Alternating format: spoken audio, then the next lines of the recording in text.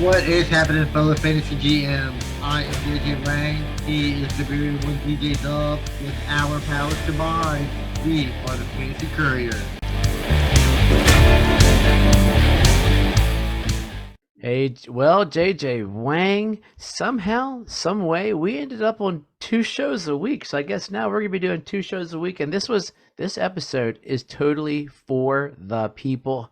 The people have said, Fantasy Couriers, we want your rankings. I've had a couple people personally ask me for rankings, and if we did rankings this week, and I said, well, we got to do it. It's too much work for me. We're making you earn your underdog money. Yeah, this is probably one of my least favorite things to do when it comes to the podcast. But like you said, if the people ask for it, I guess we got to do it. Yeah, I was talking to one guy this week, and I said, it's funny. Once we get to end season, we do basically 2 episodes, and each of us like one more than the other. You love the recanting of the week episode, and I love looking forward. And you don't like that one as much. It's kind of funny how the sort of the different things pan out different ways. I love looking at rankings and tiers and seeing where people go, and then what we need to make sure we need to put a note somewhere is in February we got to look back and see how much we botched. Am I going to pull a Calvin Ridley this year? He was my number 1 overall receiver last year. Whew. If we go back and look at that, you're going to find something where you're completely wrong on a lot. And you're going to find something that you're going to be right on. That's why I throw so many darts. I'm bound to hit on a couple, and then when I do hit on them, there's the ones that I focus on and point out make me look like a genius. Something's gonna stick. So this went from a special to a regular episode. If you have anything for us, hit us up on Twitter, Facebook, Instagram. Pop a note in YouTube comments. There's our yearly bold predictions contest is coming soon. Details of the contest will be sent. You can hear us anywhere a podcast is heard. Obviously, if you're listening to us, it doesn't matter because you found us. But share us with your friends. The only way Courier Nation grows is with word of mouth. So get it out there. And what we're going to do today is this is just a rankings show. We're not going to go into the news. We might use some of the news in there. Monday will be more of a news show. This Thursday's show will be more just about looking at our rankings, and we're going to do quarterbacks this week. Next week we'll go into running backs, and the other weeks we'll do wide receivers and tight ends. So, JJ Wang, I really want to know. I really, really want to know. Do you know what time it is? Quarterbacks. Do you know how happy that made my son? I'm sure. So are you gonna do that same one for running backs? Just put running backs? No. My daughter is and works with me for a running backs one, so that will be coming. If you are listening to us on the podcast and you want to see our rankings, they will be on the YouTube video that we are posting, as well as they'll be posted on Instagram and Facebook. They'll be all over the place. You can see the genius of our perfection. We know that every one we get here is going to come out correct because, we are the Fantasy Couriers.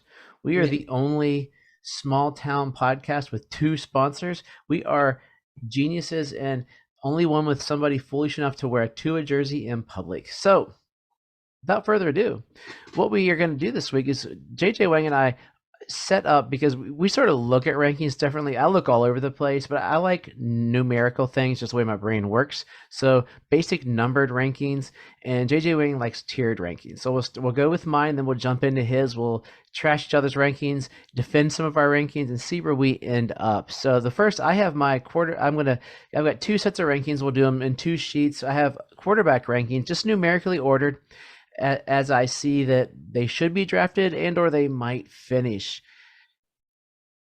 So, JJ Wang, when people look at these, some people say, well, that means Josh Allen should be your very first player you pick.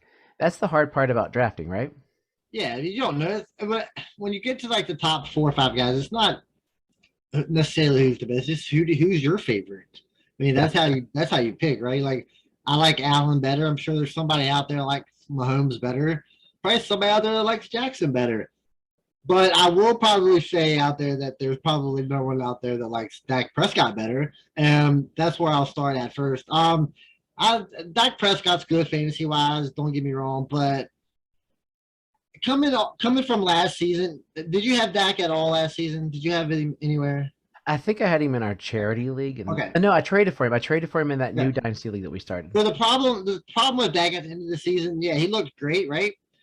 So he's probably the most roller coaster quarterback in history. Like that first game, he had 35. He's like, oh, here we go. The next game, he pops like an 8. You're like, oh no. Then he runs off a couple good ones, and then he throws in like a 3-pointer. You're like, what is going on? Runs off a couple good ones, and then at the absolute worst time last year, weeks 13, 14, and 15, he put up 14 points a game. That's your number one quarterback in the most important time. So maybe he burned a bridge with me. Maybe, but Probably. that's what you get when you get Dak Prescott. So that's my first issue. Yeah, for me with Dak, what's really shining, like I moved him up higher than I think I've ever had him. I've never been a giant Dak guy. I see him more as usually more as just a toe the line, probably around a 9-10 kind of guy.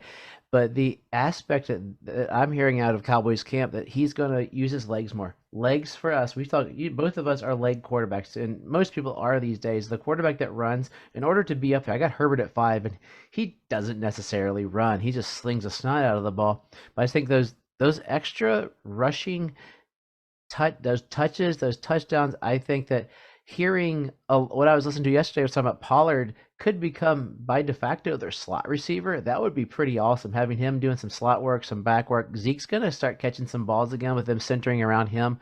CeeDee Lamb, really, I think Dak will depend upon CeeDee Lamb. Is CeeDee Lamb the talent we all think he is? Or is he the king of being overrated? That guy that just lives for so long off of his name brand. Is he going to end up being a total bust? Yep. I mean, we've had him fairly high, but he's not anything spectacular. If he takes that next step, Dak's got a solid number one. Schultz is going to get some, for this year at least, Schultz is going to get him some touchdowns. Zeke and Pollard will get theirs. And I'm a Gallup guy, and I think he'll be back soon enough. But until then, Tolbert's looking pretty money, and those young guys can fill in that spot in a fairly weak NFC East. Lack of weapons has never been a problem for Prescott. He's always had weapons, but like you said, when he first came in, he was really high. He really played really well, and I think he just tailed off gradually over the years. He did have like those 3 straight years where he had 6+ rushing touchdowns. So I mean, I'm not gonna say he can't do this. He absolutely can, but we'll see. That's a good one for us to like compare that throughout the year. So we'll just keep going. Look at that. I mean, pretty much all of them, first 10, 12 are going to be pretty much the same. But the next issue is Tom Brady. I got Tom Brady way higher because do you realize Tom Brady threw the ball 720 times last year? Do you realize he might throw it 800 because they may not run the ball one time? And that's the only reason I got him up there, just because he throws the ball so many times, and he doesn't like the deep shot. He'll take a short one. It's no big deal. So either way, he's gonna pass a lot and score a lot of touchdowns. Yeah, and I'll be my first. Yeah, I'm with you. Like the first 10 guys, realistically, any of them could sort. I mean, you got the first 2 or 3, probably the first 3 guys, and everyone else is sort of could be interchangeable. Who knows? Quarterback is just the center of the game. That there's some terrible guys, but that's why I have 36 on my list versus 32, and I would be content in a 1 quarterback league with anybody on this list that's on this page right here. Tom Brady, I'm rocking Tom Brady in a 1 quarterback league, mainly because Trey Lance is my backup, but because of a rookie draft last year, it was a dynasty. But I love Tom Brady this year. I'll be curious who's going to be his security blanket. Because he looks a little stronger sometimes with Gronk in there. So Evans is there. I mean, it looks like Godwin might be ready for the season, which is crazy. Russell Gage is steadily. Brady still does fine. The other 10 games Gronk doesn't play. Yeah, true. Injury. So I mean, whatever you want to say about Julio, he's still got Julio. He's got Russell Gage. He's got Evans. He's got plenty of lifesavers there to drop the ball off to, and plus he got Fournette coming out of the backfield. So I don't think running backs. Yeah, I mean, they may not ever run the ball ever, not one time. I think a lot of the reports about Fournette are coming out to be kind of like meh, and they could have been smoke and mirrors, but it'll be interesting to see how that team does. I don't know, like realistically, I just basically said I'm going to put the runners and then the slingers. That's sort of what I got there. I got the studs in the top 4. I put Dak right there that, and then Herbert I threw in with a lot of my runners. Like Wilson's not a super runner, but I think he's going to run a little bit. and then Hurts and Lance, and then I have my slingers: Brady, Stafford, Burrow, Rodgers, Carr, Cousins, and Ryan. I think all of them, I could see any of them beating out the other guy there. I mean, Rodgers is going to have a great year, and he's 13. Like I said, 9 through 15 is all about. It's going to be pretty much the same in every list. I mean, like I said, all that's kind of normal. Just one or two here that is going to be different. Yeah, and I think on this list, the guy, I guess the Mendoza line of fantasy football is Kirk Cousins.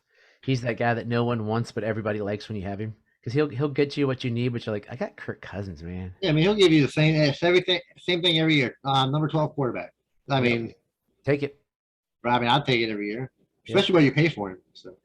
So 17 through 36. Can you believe that it wasn't until page 2 that I put Tua? How proud of you are? How proud of me are you? I mean, even you can't put Tua on the first page. I mean, Tua has.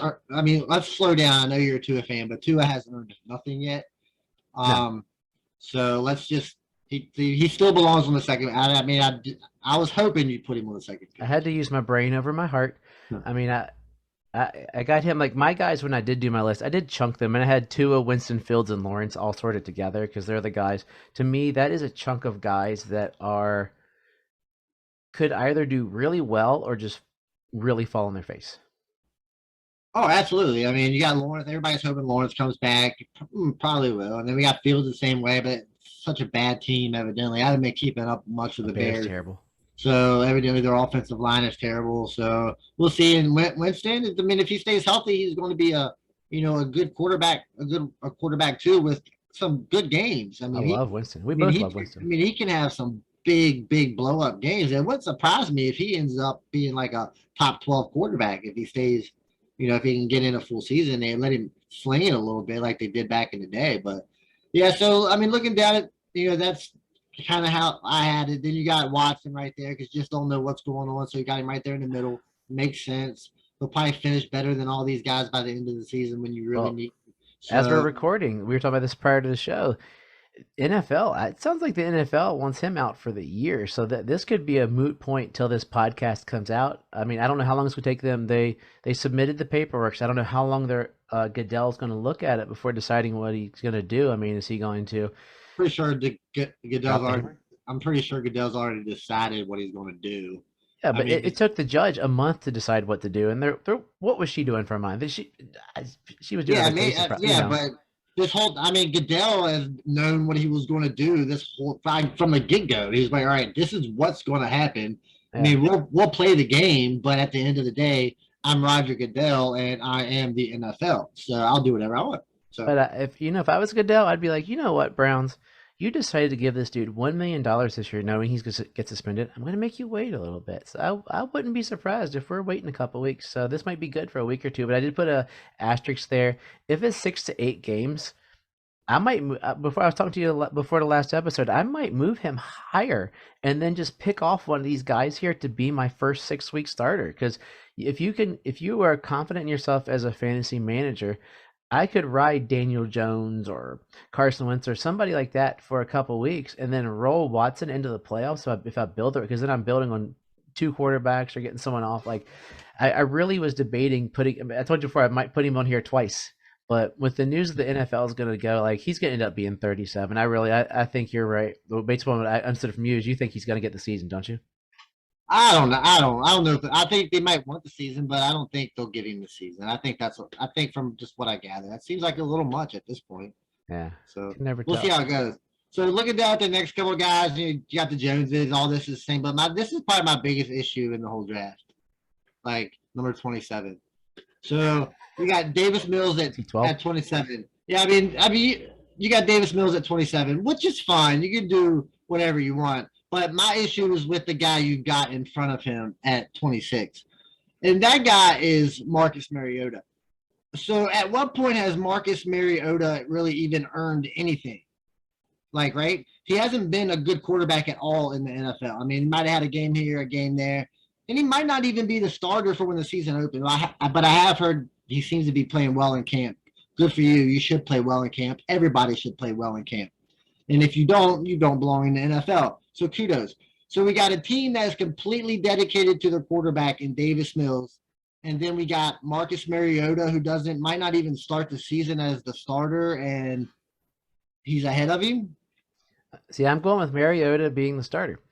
I think he's going to go in. He's going to play like I'm worried with that one. Like that was one that was Okay, all right, teetering there. that's fine. So you think he'll be the starter? That's fine. Yep. But when in Mariota's 8-year career, 7-year career, has he proven to be a starter?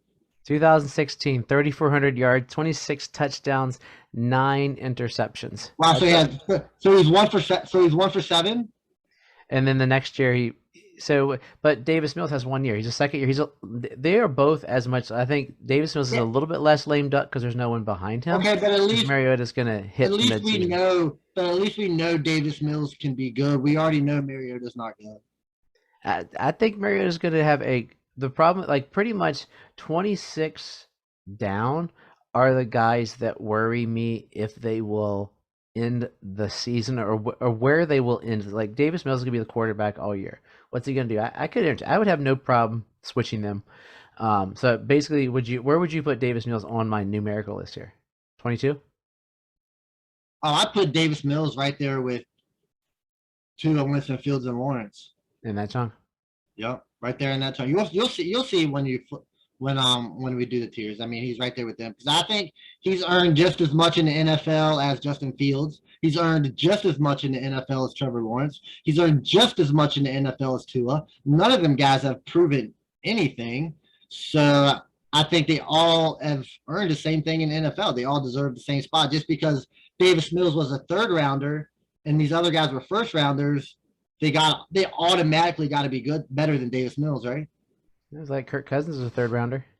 Yeah, and look at where Kirk Cousins is at. Where's RG3? Well, he got hurt. That's a different story. I mean, I'm rooting for him. I'm just worried of where Houston's going to go, what they're going to do. And I hope I'm wrong. Like I really, really hope I'm wrong. But once again, for me, legs in the fantasy game overtakes it. I think Mariota's going to run a lot, but I might have messed up, but we'll see. Oh, hey, she's like, man, I'm not. Hey, that's how you think it's going to go. You're going to go, but I can't let my boy go out like that.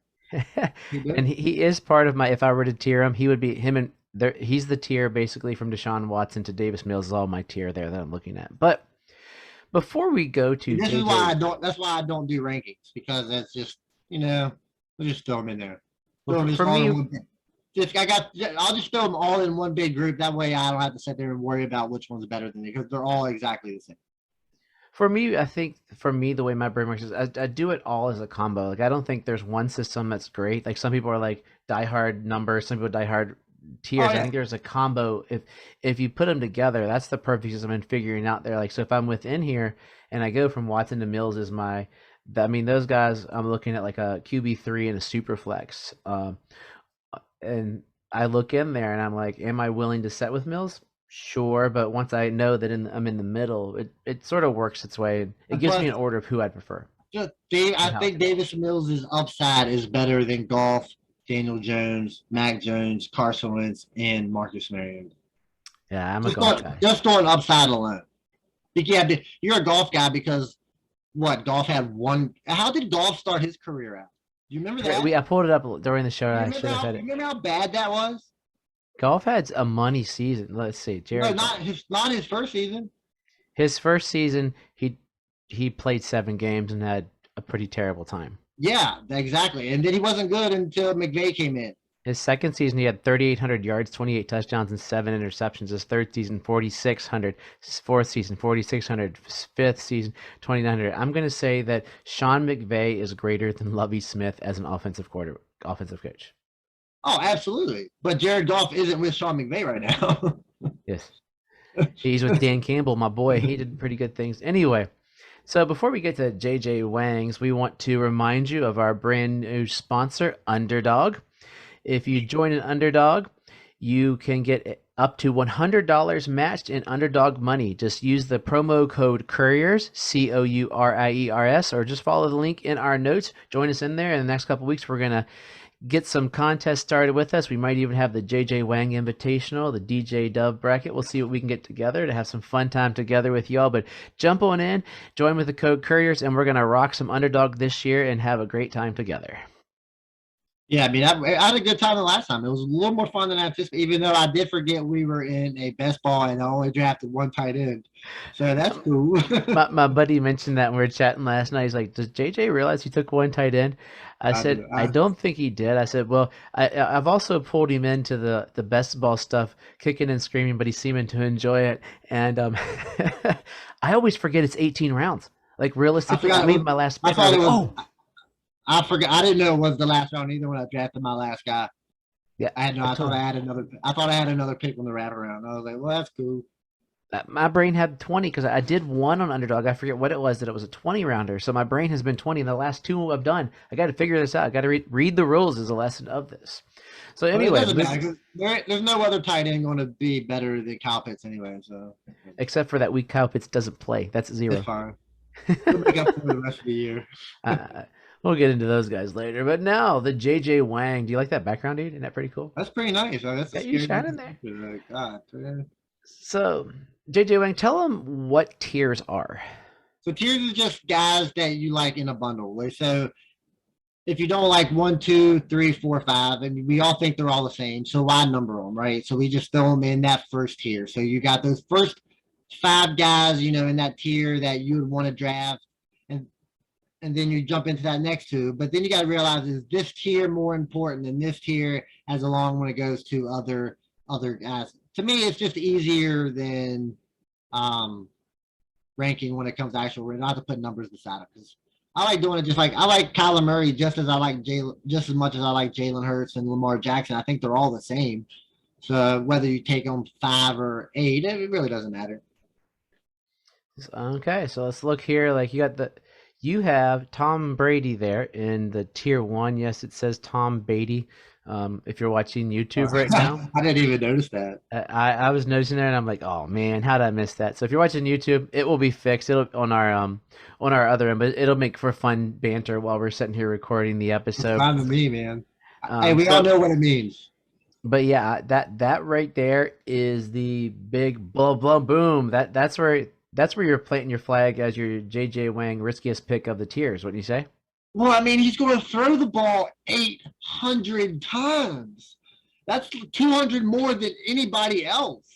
I mean, I don't know if he's going to throw, but he threw for 720 last year. I can only see that going up if he's playing all 17 games. He's going to throw the ball 50 times a game. It's going to be crazy. That's the only reason he's up there because he's going to throw the ball so much. Hey, that's insane. I got nothing for you on there. Like that's your. I would say that should be. We should do a show. That could be close to your boldest prediction. Yeah, I mean, like you said it last year, and we all laughed at you when you said it last year. He was like, "No, there's no way Tom Brady's going to do it," but he threw the ball 720 times. The greatest quarterback is throwing the ball that much. Do you know how efficient he makes 720 passes? Yeah, 67% completion rate. Crazy. So I mean, that's the That's only right. reason. I did. He was my QB1 last year, wasn't he? Yeah, and he was close. Yes. I am an expert. What am I saying here? But Yeah, he fell off the earth at the end of the year. but I mean, that's why he's. I mean, that's why he's there. Yeah, because he was last year. I believe I'm trying to pull up game logs here. My problem with him, he got me last year. He played so well, and then in round 1 of the fantasy playoffs, 214 yards and 1 interception. Round 2, 232 yards and 1 interception. The rest of the year was stellar. So that could be where I am. I'm stuck in that. Tom Brady, I'm so mad at you because he crushed. I had a team that was rolling. I came from the dumpsters to the top of the league, and then just remember, Dak did the exact same thing. but he wasn't on my team. I think I traded Kyler later for him. I wasn't in the playoffs, not like that's. I think he's my Dak. Is that what it is? Yeah, it's the same thing. But Tom Brady's gonna throw the ball on more. And then tier 2, we're looking at the runners. That's the runner group. That's the guys who are one knee shot away from being done. Kyler got paid. Lamar is playing for that contract. I had him as my fantasy MVP on our last episode. That's why he was my picture. I should have put Tom Brady as your picture up there. And Jalen Hurts. And it's funny. I'd say Jalen Hurts is probably, no matter who everybody ranks him, puts him in tiers about this point. but he's a guy in the fantasy community that is so polarizing. Yeah, I mean, honestly, if you ask me, all four of these guys are because I mean, the variable is either the variable can be QB1 or literally 22. like QB 25. You know, that's Yeah. how crazy. But we all know this. They're definitely most likely going to be QB1s, most likely. But that's why I kind of separated them. I know the first four, they're probably going to give me exactly what pretty much what I asked.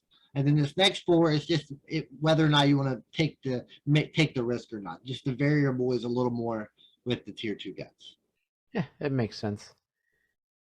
And then But I'm all aboard Trey Lance train, so let's go. I think a lot of people are on board the Trey Lance train. So it's a crowded train that hopefully I really really hope doesn't derail. Or I've got a team that's on quick trip to derail, especially after I got a couple of them. the hot news that Hollywood got arrested for criminal speeding. He must have been going really fast. But we'll talk about that on Monday. Tier 3, these are the guys that are just going to throw the ball a lot. I mean, Wilson's going to run some, but these other guys, it's the throw ball group, and your despisement for Dak just made you put him in there because you know he's good. But yeah, that's like Aaron Rodgers could easily be sitting there in the Brady box, couldn't he? Oh, absolutely. Oh, absolutely. But and look. So I'll put it like this: if Aaron Rodgers throws the ball 720 times, Aaron Rodgers will be my QB number one. Yeah. But Aaron Rodgers ain't going to throw the ball 720 times. He'll probably throw the ball 550 times. That's a huge, huge difference. So that's why Aaron Rodgers. That's why all these guys. Joe Burrow, same thing. If he was throwing the ball that much, he'd be up there because they're efficient with their throws. Which guy in this list here, and I got a bold prediction, do you think has the best chance of being in that tier 1, if not close to QB1 at the end of the year? I think the only one that can honestly do that is Aaron Rodgers. Bold prediction. Throw Derek Carr up there. I mean, it could be. I mean, I don't know if I'm that high on Derek Carr, but like I said, I've been high on Derek Carr this whole time. I just think with what he has, you have Josh Jacobs, who doesn't want to play football anymore. That's my theme of the offseason. You got a stud receiver for number 1, a growing stud receiver at 2. Waller's not going to be double teamed. The rookie's going to be in there pounding some, and they'll probably teach him to catch. I mean, I just think Derek Carr is going to surprise some people, and he could be a league-winning quarterback because you'll have so much built up and get him so late. It's possible. I mean, like I said, if he's throwing the ball, 625, 650, but he's got to get more touchdowns. He's got to break that 30 touchdown barrier. He's got to get 30 to 35 touchdowns for him to be able to accomplish. Probably more than that in order to be QB1. Yeah, like to be QB1, you got to get over 40 touchdowns. Yes, the yards are there, but are the touchdowns going to be there? I think that's the thing with Carr. Yeah, Carr threw it 626 times last year with the puppet show of. But he doesn't have any touchdowns. Yeah, no, yeah. So, and I think in the West, I mean, Wilson and Carr and Mahomes and Herbert, their stats probably will be a little escalated this year because it's going to be Wild West shootout, man. I think those are 4 guys to keep an eye on. I think anytime any of those teams are on the field, it's going to be a Wild West shootout. It doesn't matter who they're playing. I think pretty much every NFL game at this point is just going to be a Wild West shootout. Wait till the Bears play the Jaguars or something. That's not going to be a Wild West shootout. I don't think they play, but it's probably going to be in 7-3. It'll probably be in Europe, so it's probably going to be even worse. Jet lag and no points. Okay, let's go back to tiers 4 through 6. I hope you like the picture on there. I thought you and your hero had to put your hero on there, and your hero is right there in tier 4 as you were talking about before. And you do have Matt Ryan and Zach Wilson in there. You got Zach Wilson in there. I forgot about that. Yeah, Zach Wilson. He's the guy on Monday I talked on the earlier show. I can say yes, he'll be in there, kind of like Trent Dilfer won a Super Bowl. He's got decent players to throw to that they should be able to carry him. I do not trust what he can do, where he's going to go, and until the Jets prove me otherwise, Like I'm sitting on Garrett Wilson going, do I keep Garrett Wilson or do I try to trade him? His value could either go way higher or never be higher. Like his value right now is super high, but when Zach Wilson starts throwing the ball, oh my goodness. But because if you look at Elijah Moore last year, I believe his stats were better with White. No, maybe I'm not. I can't answer that. I'm not really sure. But evidently, Elijah Moore is looking really good in camp. Yeah, so he's But taking over the one. yeah. So like I said, I don't. I think the potential's there. I mean, like there's a lot of rookies who didn't have very good seasons. He was on a bad team, so I don't want to say I'm giving him a pass, but I'm not gonna lie. I mean, I've kind of grown on Zach Wilson over the last couple of weeks. So like I said, I'm rooting for him, but I'm kind of rooting for him. Yeah, I mean, I wouldn't take him over Winston, Jones, Wentz, Goff. And I right there is definitely probably take. where my line would be. I would definitely take him over golf. You know what? I'd probably take him over Mac. You know what? I just don't like Mac Jones. I don't like Mac Jones either, but I think You know what? at this You know point what? you're My looking bold for. prediction. What if Mac Jones doesn't even finish the season? What if Mac Jones just turns out to suck? Isn't it Zap? Is Zappy? Is that Bailey Zappi. Yep. Zappy? Yeah. He got a big cannon. He's got a cannon of an arm. He can get Yeah, the he's ball not down the playing. field. He's not playing. What they're going to do is they're going to convert him to slot receiver. They're going to call him Wes Welker, and they're going to let Mac Jones. But Mac Jones he's going to be the new Kirk Cousins Mendoza line. He's not going to do it like he'll be lower than Kirk, but he'll be that line of like, this is who I want for QB2 because I know he's not going to do a lot, but I know he's not going to do a little, and he's going to be there for like a decade or two. Like it scares me that he's going to be there because I want the Patriots just to be terrible. So maybe having Mac Jones keeps him terrible. Daniel Jones is intriguing. I don't like him at all. I'm not a Daniel Jones guy, but I like what they're building around him. And most guys depend upon the receiver. If Saquon is healthy-ish or what Saquon should be, because he's the underachieving running back of the decade, Daniel Jones could really flourish. And he could make some big jumps this year, which would be interesting to see if he does that. Yeah, I mean it's a long shot. Like I say, I'm not gonna say I sit here and don't like Daniel Jones, but I'm not gonna say I like him either. I mean, I would probably never draft Daniel Jones.